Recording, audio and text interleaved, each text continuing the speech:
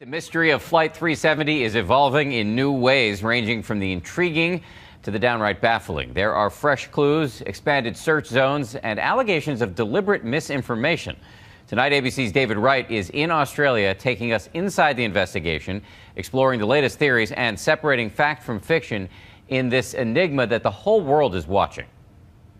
Grainy footage of a routine airport security check all over YouTube today. Could this be the pilot and co-pilot of Malaysia Airways 370 moments before they boarded the plane? That flight is now the focus of the biggest aviation mystery since Amelia Earhart. Today, nearly 10 days after the Boeing 777 vanished, the search area has expanded, most of it shimmering ocean. I have to tell you, from the cockpit, this ocean seems endless, and it feels like an inch-by-inch search. ABC's Gloria Riviera had a front row seat for 10 hours of searching today, searching in vain. On the ground, Perth, on the west coast of Australia, has become a central staging area. 26 nations are now involved in the search and rescue. Here at Pearce Air Base, they'll be spearheading the effort as it moves into the southern reaches of the Indian Ocean. Aviation experts tell us that's the most likely place this plane ended up. But the thing is, no one can say for sure. This in an era when technology is not supposed to let things simply disappear. Least of all, a jumbo jet with 239 souls on board.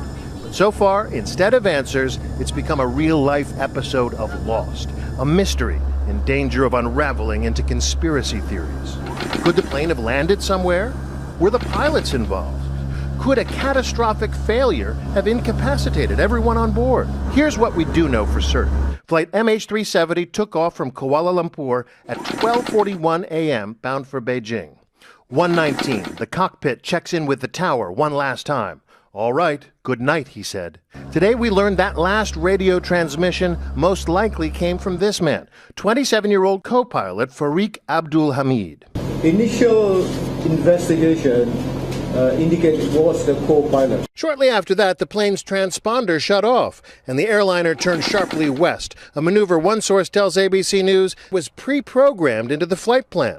The last clue came nearly 7 hours later, 8:11 a.m., when a satellite over the Indian Ocean picked up a ping from the missing plane, showing not its exact location, but its distance from the satellite, creating this huge search area and 3 unanswered questions.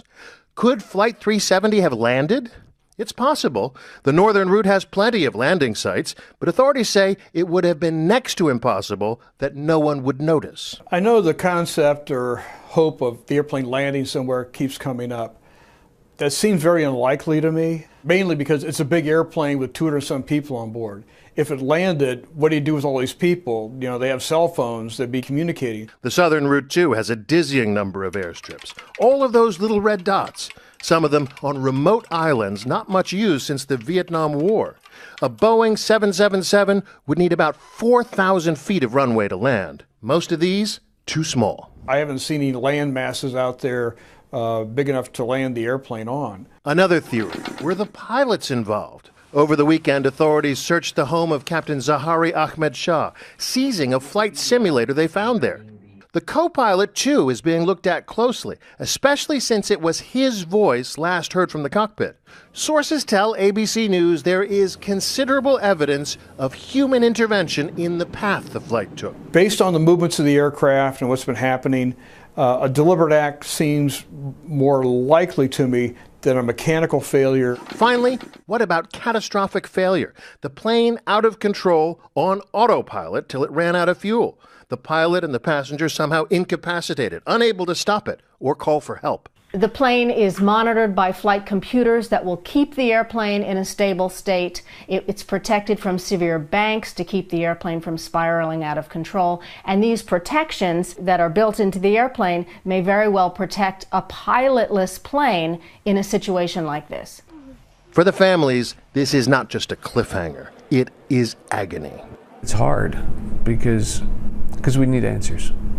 We need answers. American James Wood's brother Phil was on Flight 370. Phil Wood's cubicle in Kuala Lumpur now decorated with paper cranes. His brother James keeping the faith by recalling Phil's favorite quote from the Bible, "Be still and know that I am God. If he's listening, Phil, I love you. And keep the faith, brother. For now, there is no answer back, only stillness, despite the frantic search for answers. I'm David Wright for Nightline in Perth. Our thanks to David Wright, and we here at ABC News will continue to cover this story.